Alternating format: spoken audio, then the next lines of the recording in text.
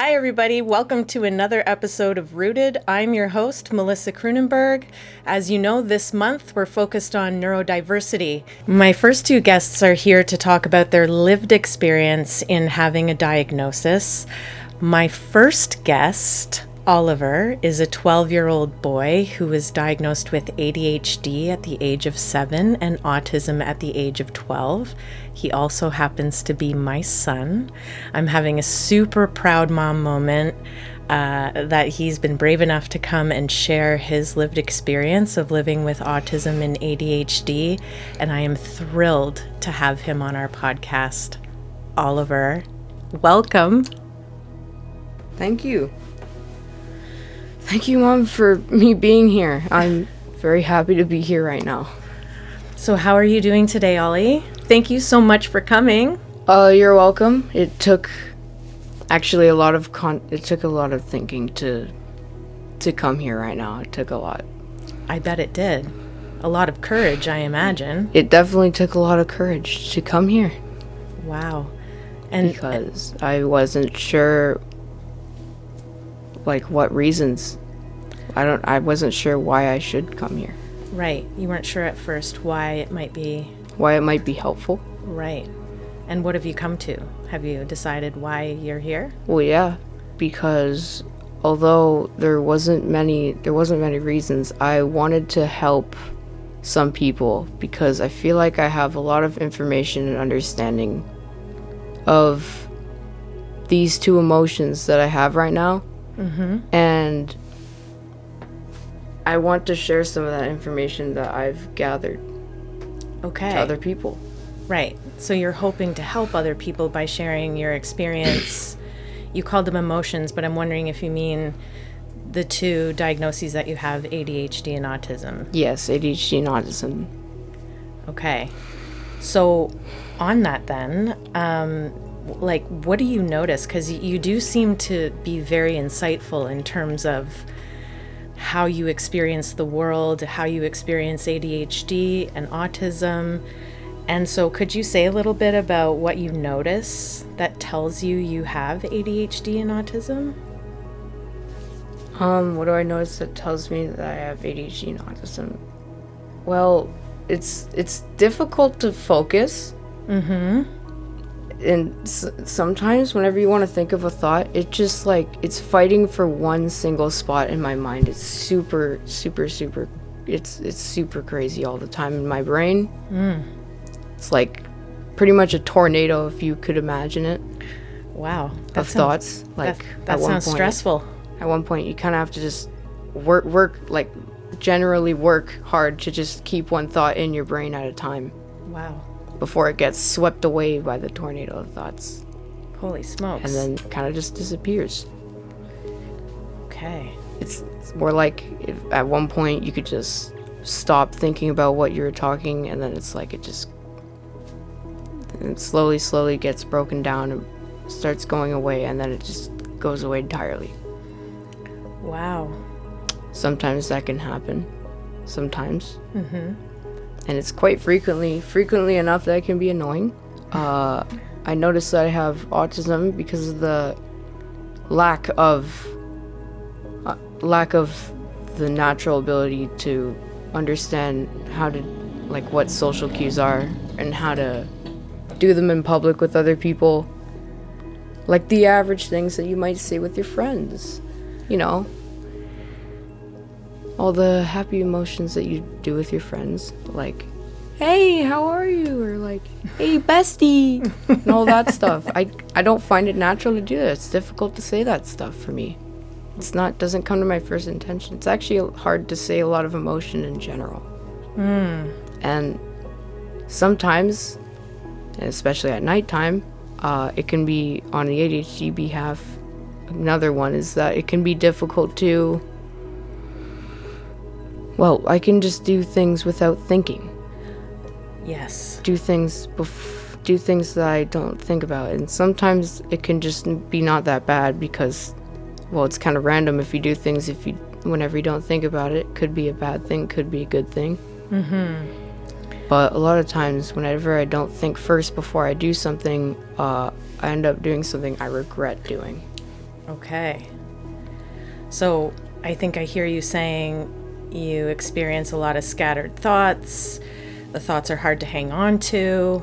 There's impulsivity that you deal with, like acting without thinking, that it's hard for you to connect with people or It is. understand how to do interacting with people in the how way to- that how you to see interact. other people doing it. Is that right? Yeah. With other, to see other people, like, interacting with other friends. It's hard to do that. It's hard to do that, and it feels a little, I guess it's kind of just makes it stressful just to try and make friends. Right. It's a stressful and difficult task to make friends sometimes. Okay.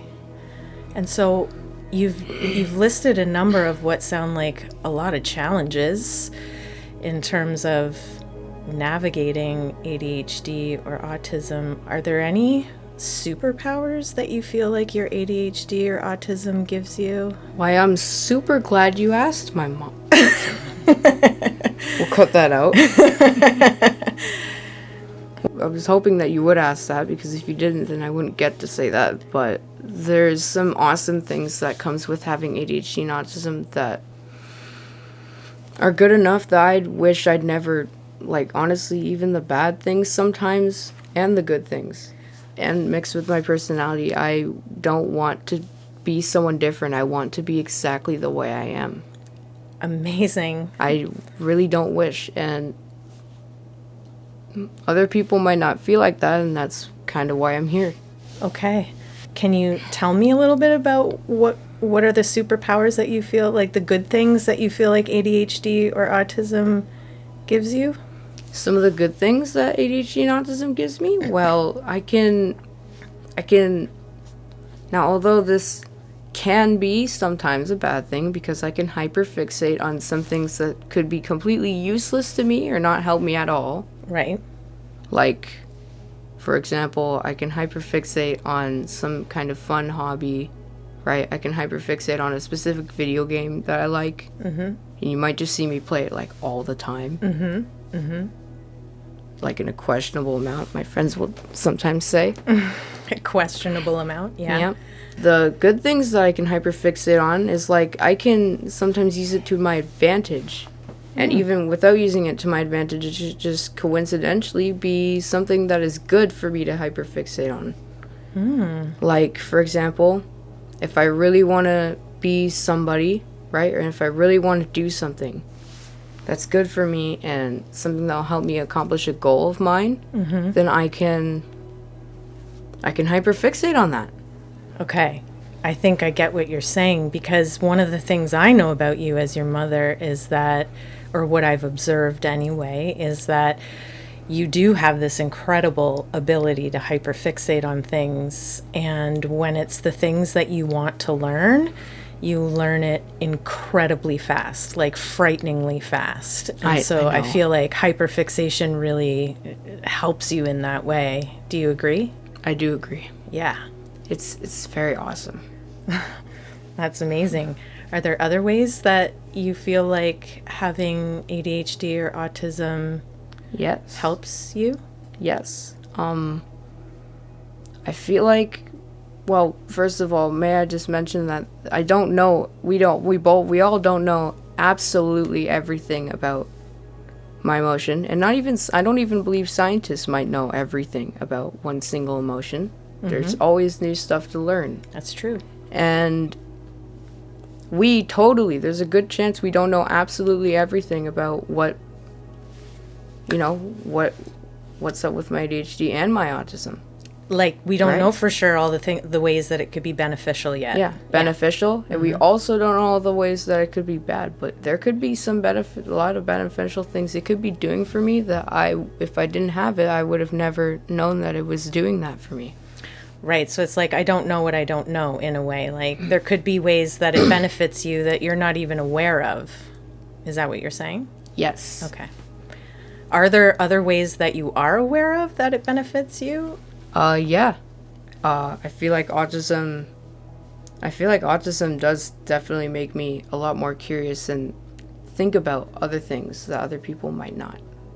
Right. Yes. I've noticed this about you. You have a very unique way of thinking about the world.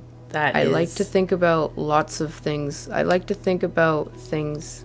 I try and intentionally find other things to think about and figure out other things that I don't think anyone else could have. I try to go to the unknown. And I try to think to where the unknown is. Yeah, I mean, that's definitely true. And it has definitely done a lot for me. It's one of the biggest reasons why I love myself. I love that. Yeah. As your mother, I can say you have always had a unique perspective on things, and I'm reminded of a story of when you were, I think you were in kindergarten, and they did a unit on magic, like actual, rabbit out of a hat magic, and they asked all the kids to draw a picture of something that represents magic to them. And do you remember what you drew? Nope. I mean, it was kindergarten. That's whenever it was the most chaotic. I was kind of a walking tornado. Right. Well, your teacher emailed me the picture because she was so taken aback by it in a good way. And it was a picture of a woman giving birth. And that was your example of what is magic, which is so characteristic of you and your way of looking at the world. It was so amazing. And it's funny because I never even knew that I ever drew that until literally yesterday, because you just told me about it yesterday. I know, you forgot all about it, but I didn't. I will never forget that. It was so awesome. Oh, there's so much more that I do not remember about something I could have totally done in kindergarten and I would have never known until you bring them up, because I can't even ask about them because you don't know what you don't know. That's true. That's very well said. So, Oliver, you're naming so many, wonderful aspects or ways in which you feel like these things have kind of enhanced your life or enhanced your skills. And I also hear that there's a lot of ways where it's challenged you, and I'm curious about how you've been able to meet these challenges. How do you deal with them? How are you overcoming them? Well, I wouldn't say I have entirely overcome them. I am still trying to work on some of the things, but I've found some techniques that might be that might make it a lot more easier, and that are making it a lot more easier. Can you share some of them with us? Well, for one, I already shared the fact that you can hyperfixate on some things. If you have a main goal if there's a goal that you really want to get, like as someone with for people with ADHD, if there's a goal that you really want to get, but you have to do something that you really hate doing and you don't want to do it, then don't focus on the fact that you have to do something you really don't want to do, whether it's simple or not. Just focus on the goal. Focus on the fact that you want that. And always remember that you really only got to tell yourself that you got to do it once, and then you don't have to do it again for who knows how long, until you for some reason have to do it again, or until you never have to do it again. Okay. So what are some other techniques and tips? Like what else do you use to help you? I like to mention that to help with my autism and the ability, like the very difficult part, and it's probably super annoying all the time when some people with autism go out and feel like it's just super difficult to just like blend in. Mm-hmm. Or blend in with some people sometimes. Mm-hmm. I mean, I feel like a lot of people feel like that. Mm-hmm. I feel like pretty much everybody might feel like that. That's true. Even I felt like that sometimes. And I learned that. Mm-hmm. But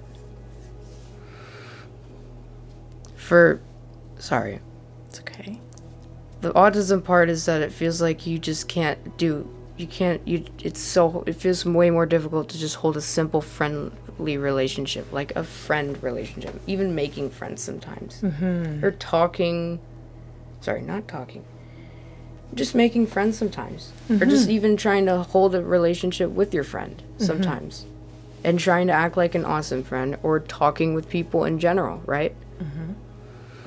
And so it's such a big challenge because it feels like it's super easy to mess that up. And it feels like it's super easy. There's so many things you can mess up about that because you don't naturally know a lot of interesting and cool things that express yourself. It's hard for you to express yourself. Right? Like you might see everybody around you, right? Saying all these words in like all these cool ways. Right. Like sick, dude, or stuff like that. Not really like that. It's more complicated. You might see all the girly girls doing girly things with their friends, right? And you might see all the funny boys or the troublemakers saying stuff with their friends, right? That are usually joke related, right? And it sounds like they're having an awesome time. The part that is difficult for me, and what I feel like might be, and I think is difficult for a lot of autism kids, is doing that. That can get so annoying sometimes. And it's super frustrating because, well, I want to do that. Maybe you guys want to do that too, to make it easy to talk with somebody.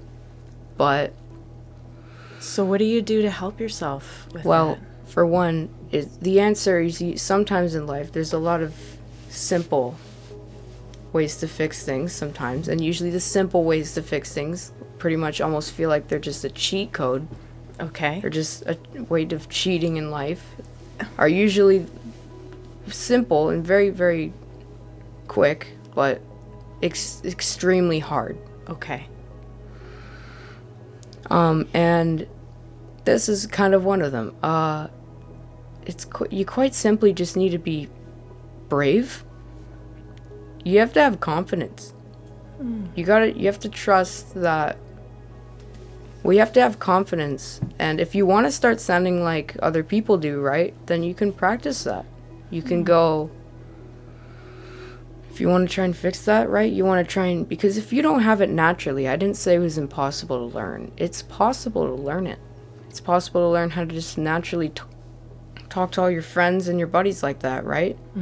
You just got to learn how. You need to learn how manually. And that takes a lot of courage. Yeah. So, I mean, sometimes maybe talking to yourself about how, like, talking to yourself and simulating, like, a real social life simulation. Not simulation, but simulating a... Like a role play. Yeah. Yeah, just role play, like talking to your friend. And you work on what you're going to say. Yeah. What you're going to say, what you want to sound like you're saying to your friend. We've done this a few times over the course of the summer, haven't we? And have you found it helpful? Yes, I found it very helpful. You need to be, although it doesn't work unless you're very, very brave. You need to be brave and you have to do it. A lot of the time, if you want, in fact, if you're not naturally, like, if you just don't accidentally become popular, which does happen to some people, I'll say a lot of people,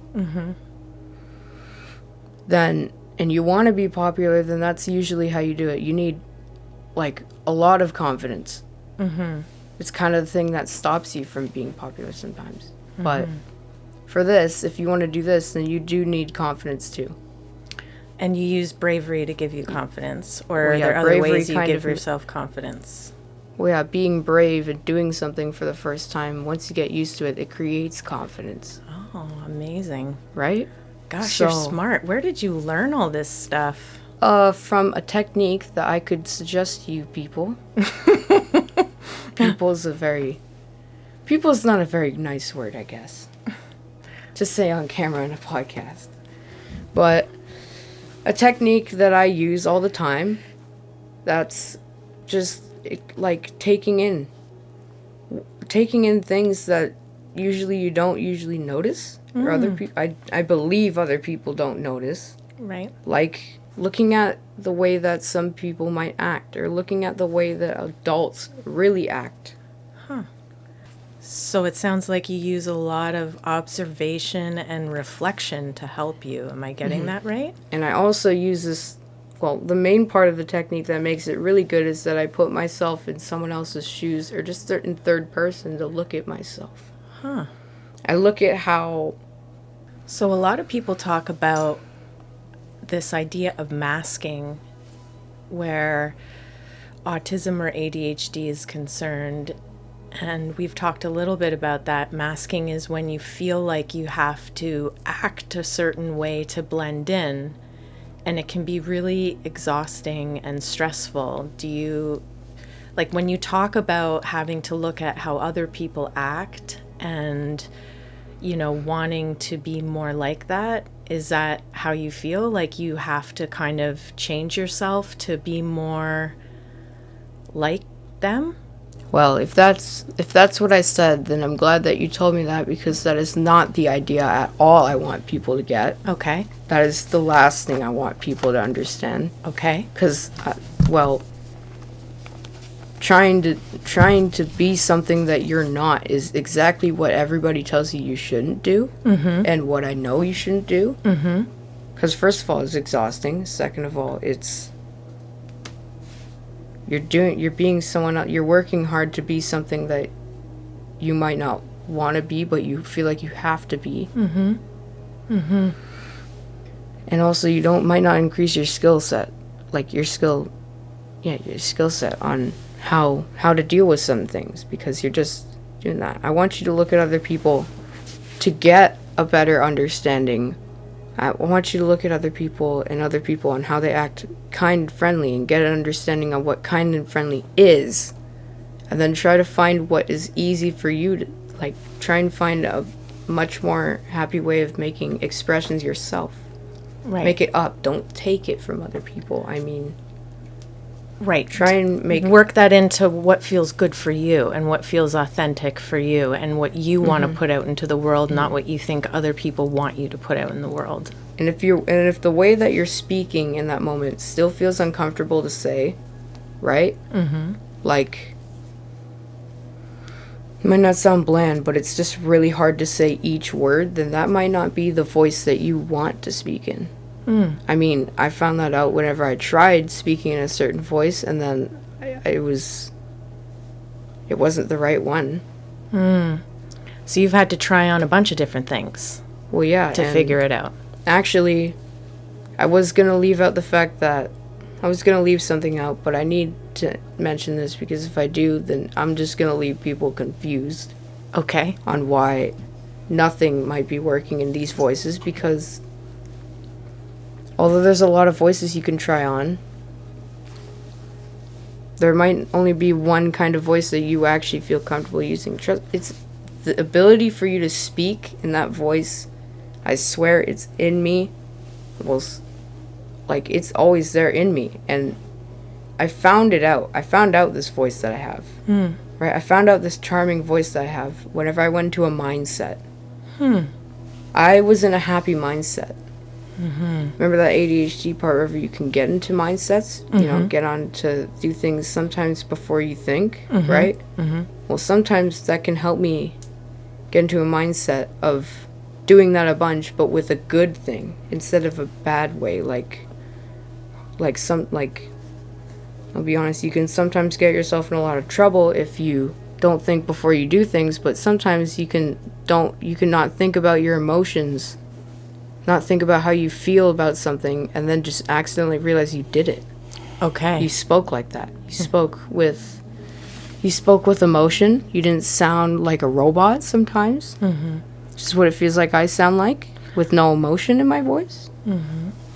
You can just do that. So when you're saying, like, when you don't think too hard about it, sometimes your own voice can just kind of like come out, and that will be good. Noted.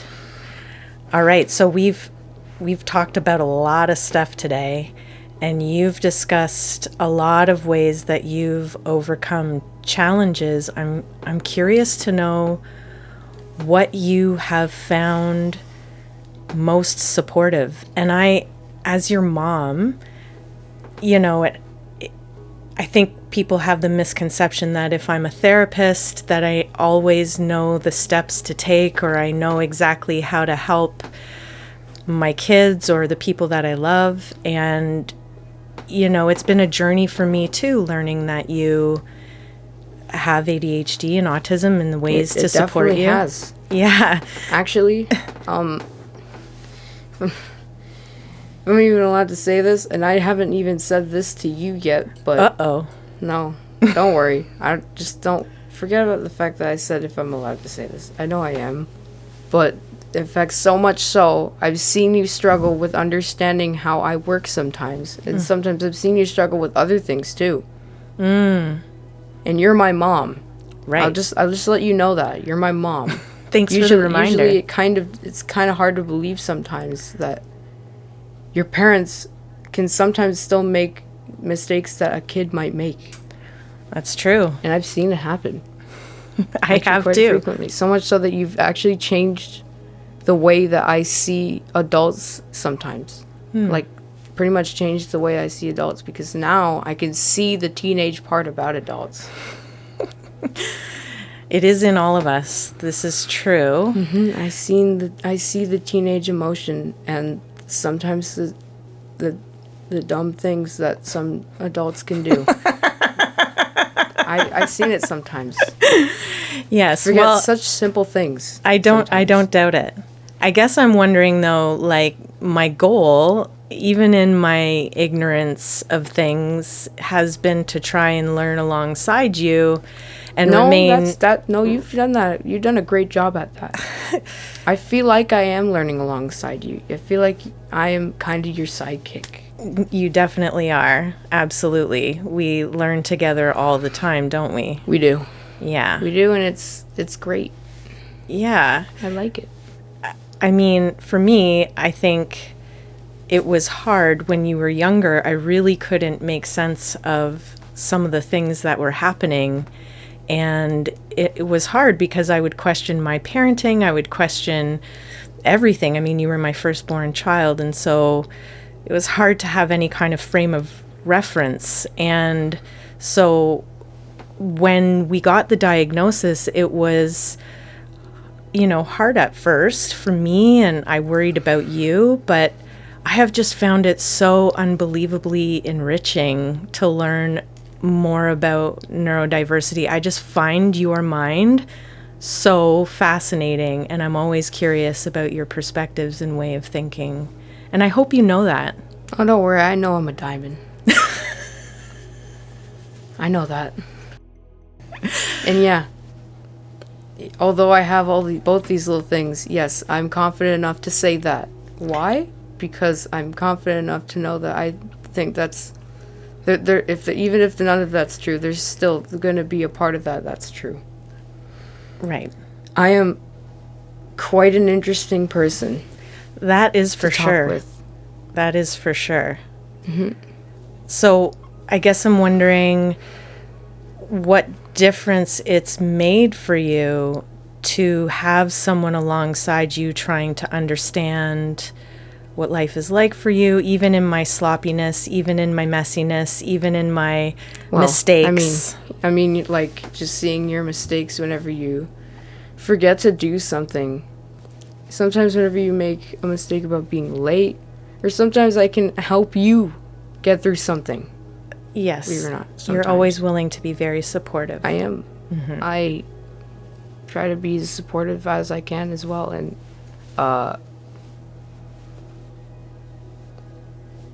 yeah, and she always is trying to be as supportive to me as she possibly can. And that's why I like my parents. But I don't want to get too cocky to other people that don't have that, because I don't want to sound like I'm on camera sounding like I have all these amazing things as if I'm a rich person, and not acknowledge the fact that I understand that I have amazing parents, is what I'm trying to say. I understand that I have amazing parents that care a lot about me. Care to understand and try to put as much interest in understanding me, right? And I'm super thankful for it. And I'm very, very much acknowledge about the fact that other people do not have that. Some other people in this world do not have that. Not everyone at all has that. I learned that very quickly. You're gonna make me cry. Super. I know I'm gonna make you cry. You see, look. This is your goal, isn't it? Is this your goal? You're right, it is my goal. See, this is why I'm an interesting person. This is why I call myself a diamond, because I know how to mess with people's emotions. That's my magic trick. Don't worry, you don't think I'm making you cry and I'm gonna question it. I'm like, yeah, that's right, you're crying. Look, I made you laugh on purpose. Right there. It's see?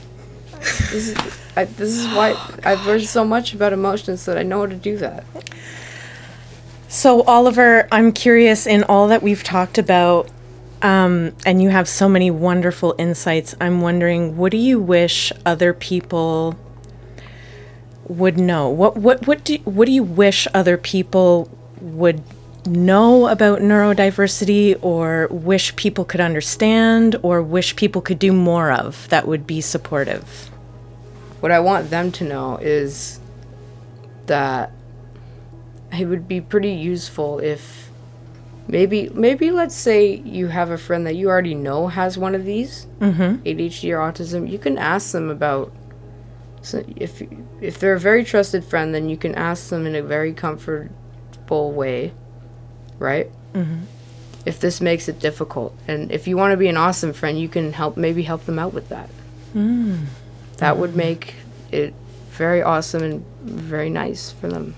So it sounds like you want especially people to have somebody. And if you already know just someone that isn't your friend, if you just by chance, because somebody told you or somebody warned you that they have autism or ADHD, right? If you're completely sure of that, then you can ask them if they need a friend. Right. Start with that. It also sounds like you're saying, I could be wrong, but that being curious about people's experience is really important too. Like asking them about their experience rather than just making assumptions, or am I making a big leap there? No, you're not. Yes, being curious. They usually say curiosity kills the cat. It didn't kill the cat for me. Look. The cat's worth dying if curiosity is going to help it.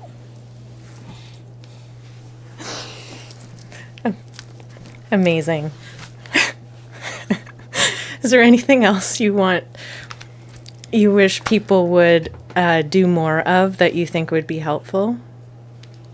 Or what would you want other kids with ADHD and autism to know? You kind of skipped. Sorry. You didn't finish one single. Yeah, I haven't finished. Okay, go. Although I did just forget what you did last time. I said it sounded like curiosity. Yeah. Yeah, it was really important, and you said it was essentially very important. Yeah. A lot of the time, curiosity for me, like being curious for learning something is. I think learning something is almost always a good thing. Because there's not a lot that can go wrong learning something. Right. Yeah. I would agree. And how would you say that works with... Well, being curious with other people can help you... It can help other people with neurodivergence understand a lot more about how other people work, right? Well, so if we're going that way, it's actually, I think what you're saying is it's helpful for anyone, whether you're neurotypical or neurodivergent, to be curious about people's experience. You're right. So curiosity for your own experience, it sounds like, and the experience of others is key. Yes, it is. Are there other things that you think are key that you would want people to keep in mind? You're another person. You're still everybody's like anything that you're feeling, everyone else feels the same. You might think that you stick out, you don't. Okay? When a lot of the time when you think you stick out, right? And you feel like you're the only one that feels this way. Trust me, everyone else has their problems. It might not look like it, but a lot of people have some struggles. Everyone has something that they find difficult, and it's hard to see, but you might notice it whenever you see some of your friends. If you literally ask them, like, I even know some friends that I'm already starting to think about that have their own struggles, and I bet you they look like an average person at school, having fun with their friends. They just don't have your struggle. The only difference is that they don't have your struggle. It's why it's so hard to see. And so there's something everybody there's not a when I say you gotta really understand it, there's not a perfect human being. Everyone's different, and everybody has a problem. If you don't have a problem, then you can't be human. There is no way. Amen. So we're not Christian. What? That's another thing I love about you is you will call me out in a heartbeat. And so remember that time you told me I wasn't good at my jokes because of the whole reason that I said that I usually speak jokes but with my autism kind of mood? Now that I understand more about emotions now I actually say them on purpose, and I know that they're the ones that I know you've been getting... Because it sounds like I did it unintentionally. No, I can hear the intention, and yeah, it does, but you're killing it with the jokes, so it's pretty great. Yeah. So is there any final words you have for people that might be struggling with ADHD or autism?